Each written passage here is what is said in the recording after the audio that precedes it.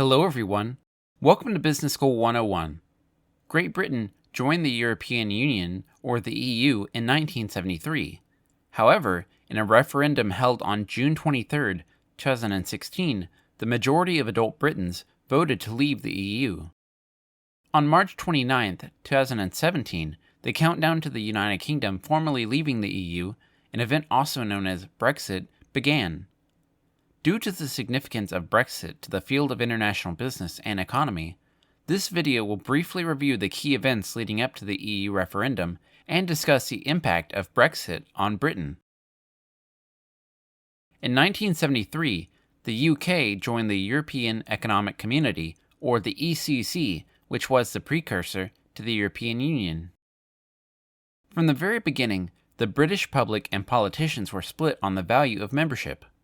Supporters believed that by joining the community, the UK would be able to strengthen its trade ties with other member states in Europe and enjoy substantial gains from those trades. However, opponents suggested that joining the ECC would limit the country's national sovereignty. In 1975, the UK held its first nationwide referendum, just 2 years after becoming a member of the European community. About 67% of the voters favored continued membership. Even though it decided to remain in the EU, the UK still managed to carve out distance from the rest of Europe. For example, it never adopted the common currency, the euro. Additionally, the British tabloids that had enthusiastically trumpeted a yes vote in the 1970s began to blare headlines that were skeptical of the EU and that exaggerated the overreach of bureaucrats in Brussels. The financial crisis of 2008 and the Eurozone economic crisis that followed intensified suspicion about the EU. The influx of immigrants from poorer EU states and later worries over refugees and migrants from places like the Middle East and Africa tapped into darker fears about the future of Britain. Brexiters argued that Britain would be economically better off in the long run if it exited the EU. On the other hand, the Remainers believed that by exiting, Britain would suffer substantial economic harm from the loss of easy access to the EU's large single market. In 2013, Britain's Prime Minister David Cameron promised that if his Conservative Party won elections, then he would hold a referendum on whether the UK should remain in the EU or leave. In 2015, Cameron won the re-election and kept his promise. The UK held the Brexit referendum on June 23, 2016. There were two choices on the ballot: leave or remain. In the end, the Leave campaign won the referendum over Remain by 51.89% of the vote to 48.11%. However, leaving the EU was a complicated process.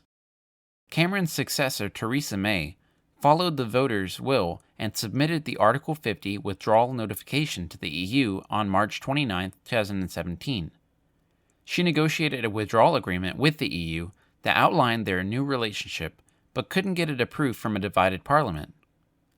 In July 2019, Boris Johnson succeeded May as the UK's Prime Minister.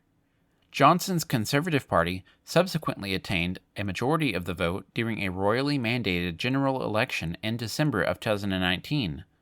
This allowed him to get Parliament's approval of the withdrawal agreement that he negotiated with the EU. In January of 2020, the Withdrawal Agreement Act receives the necessary legislative royal assent, which is when the Queen formally agrees to make a bill into law. The UK formally left the EU on January 31, 2020, but entered a transition process that ended on December 31, 2020. Arguments about the impact of Brexit on the UK covered politics, economics, and national identity. We're going to discuss it from 7 different perspectives. To encourage you to have an objective view of each perspective, I will provide opinions from both Brexiters and Remainers. First, membership and divorce costs.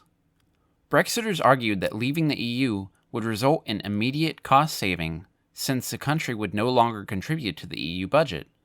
According to Full Fact, Britain paid £13.1 billion and received £4.5 billion worth of spending in 2016. So, the UK's net contribution was £8.5 billion. However, in the withdrawal agreement, the UK agreed to make a series of payments to the EU by the year 2057, often called the Divorce Bill. The British government believed that the figure was between 35 billion and 39 billion pounds. Second, trade. The EU is a single market in which imports and exports between member states are exempt from tariffs and other barriers. Services, including financial, can also be offered across the continent without restrictions. The consequences of Brexit for businesses that took advantage of these freedoms was always a matter of debate and conjecture.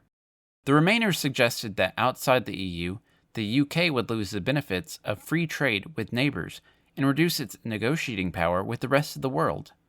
As Sky News said during the campaign, more than 50% of our exports go to EU countries, and membership meant we had a say over how trading rules were drawn up. Within the EU, Britain also benefited from trade deals between the EU and other world powers. Contrarily, Brexiters believed that the UK could compensate for those disadvantages by establishing its own trade agreements, and that most small and medium-sized firms, which have never traded overseas, would be freed of the regulatory burden that comes with EU membership. Third, investment. Pro-Europeans considered that the UK's status as one of the world's biggest financial centers would be diminished if the City of London was no longer seen as a gateway to the EU for the likes of US banks. They also said that financial firms based in the UK would lose passporting rights to work freely across the continent. Business for New Europe said that tax revenues would drop if companies carrying out large amounts of business with Europe, particularly banks, moved their headquarters back into the EU. Fear that car makers could scale back or even end production in the UK if vehicles could no longer be exported to Europe tax-free were encouraged by BMW's 2016 decision to remind its UK employees at Rolls-Royce and Mini of the significant benefit that EU membership conferred. On the other hand, Brexit supporters were adamant that a deal to allow continued tariff-free trading would be secured even if the UK left the single market. Britain had a large trade deficit with the EU, so it would be in Europe's best interest to find a compromise regarding goods and financial services. Others suggested that Britain could cut links with Europe and reinvent itself as a Singapore-style economy, free from the EU rules and regulations. Fourth, sovereignty. For Brexiters, sovereignty was seen as a simple win, and even the most ardent Remainers had to admit that EU membership involved giving up some control over domestic affairs. Pro-Brexit Member of Parliament Kate Hoey said at the time that the EU was an attempt to replace the democratic power of the people with a permanent administration in the interests of big business. For Brexiters, exiting the EU would allow Britain to re-establish itself as a truly independent nation with connections to the rest of the world. However, the Remainers believed that Brexit would result in the country giving up its influence in Europe, turning back the clock and retreating from global power networks of the 21st century. To them, EU membership involved a worthwhile exchange of sovereignty for influence.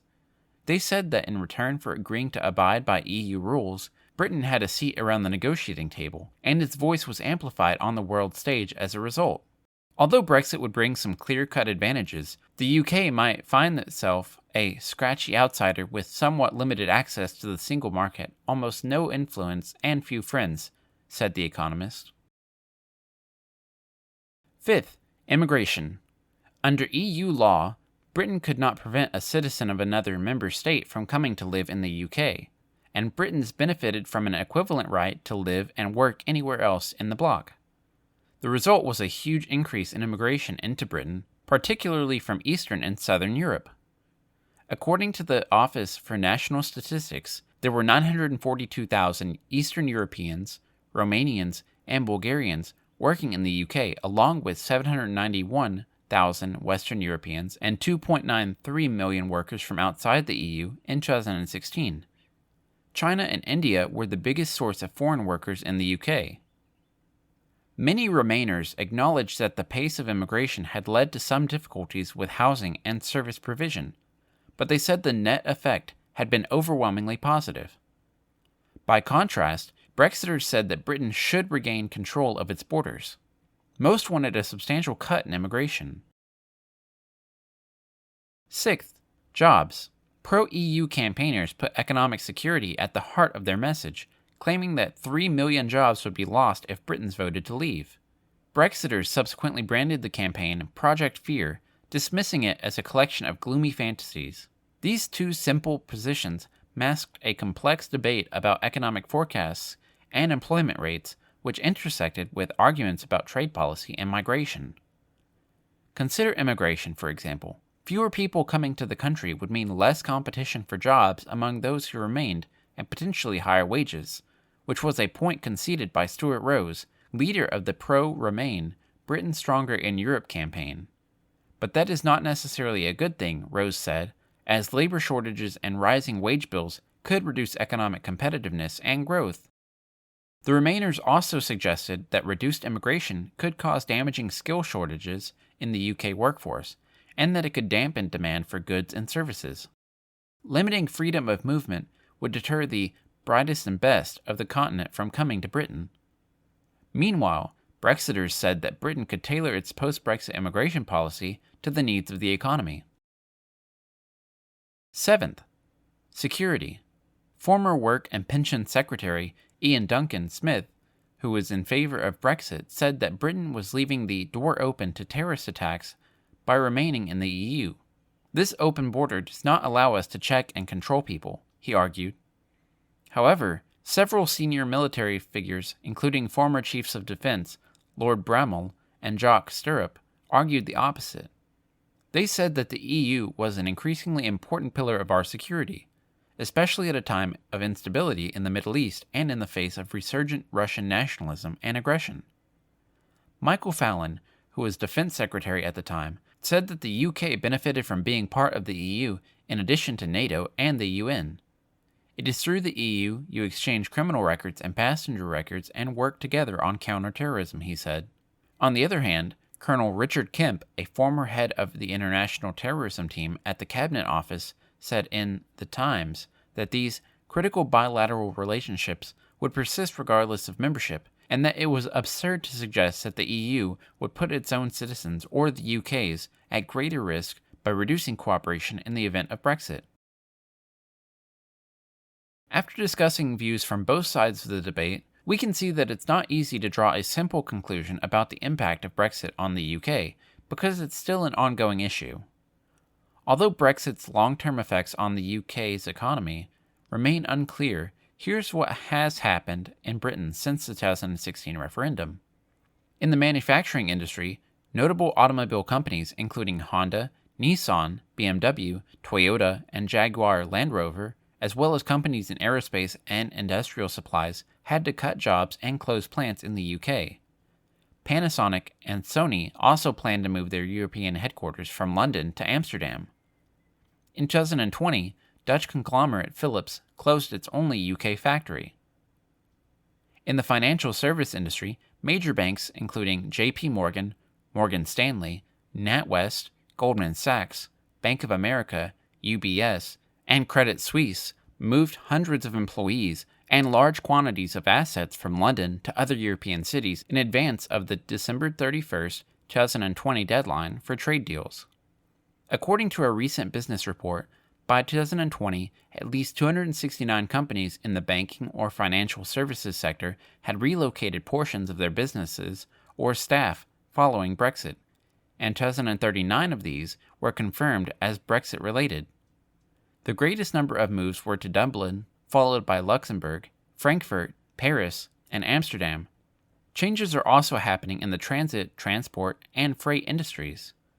Under the new rule, movement of people and goods, whether by air, water, or channel tunnel, will become more time-consuming. Passport requirements will apply to travelers between the EU and the UK, and business personnel, students, and others who stay abroad for a period of time will need visas.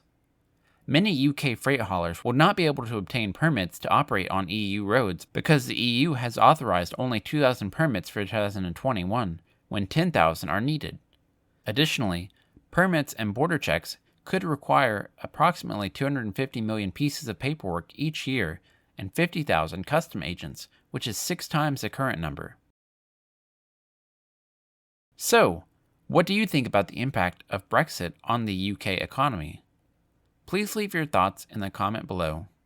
If you liked this video, please make sure to give it a thumbs up and subscribe to the channel. Thanks for watching, and I will see you next time.